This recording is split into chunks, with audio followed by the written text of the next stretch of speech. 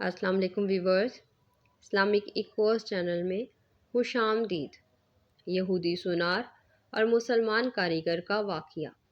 پرانے وقتوں کی بات ہے کہ ایک یہودی کے پاس ایک مسلمان ہیرے تراشنے کا کام کیا کرتا تھا، جو اپنے کام میں ہنرمند اور حد سے زیادہ ایماندار تھا۔ یہودی اس سونار کی کاریگری سے بے تحاشا نفع کمانے کے باوجود بھی اسے مناسب معاوضہ ادا نہ کیا کرتا تھا، جس کی وجہ سے وہ بامشکل اپنے گھر کا خرچہ پورا کرتا تھا۔ اس طرح کام کرتے کرتے اس نے عمر گزار دی اور وقت گزرتے ہی اس کی بیٹی جوان ہو گئی۔ وہ اپنی قلیل آمدنی میں سے کچھ بھی جمع نہ کر سکا۔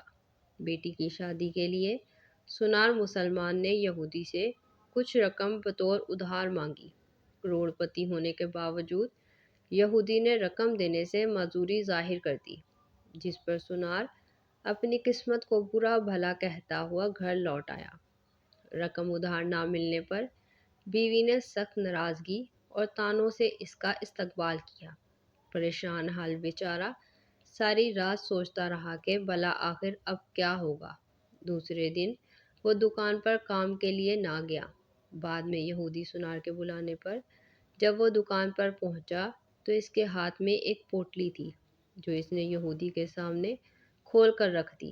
اس میں بیش قیمت ہیرا دیکھ کر یہودی سوالیہ نگاہوں سے کاریگر سونار کی طرف دیکھنے لگا۔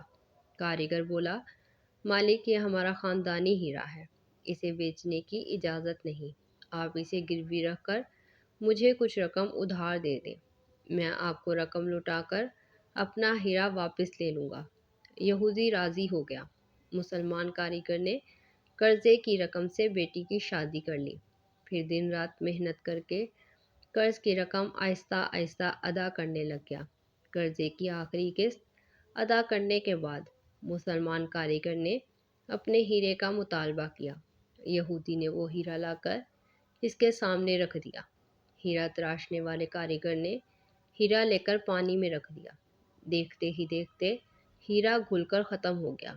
ہیرا تراشنے والے کاریگر نے کہا، مالک، کی مصری ڈلی تھی، جسے میں نے اپنے فن سے ہیرے کا اس طرح سے روپ دیا تھا کہ آپ جیسا سونار بھی دھوکہ کھا گیا۔ آپ نے میری عاجزی اور درخواست پر قرضہ نہ دیا، جس کی وجہ سے مجھے یوں آپ سے رقم نکلوانی پڑی۔ میں مسلمان ہوں، اس لیے بھاگا نہیں۔ اب آپ کی پائی پائی ادا کر کے سرخرو ہو گیا۔ افسوس کہ آپ نے میری قدر نہیں کی، اس لیے ملازمت چھوڑ کر جا رہا ہوں۔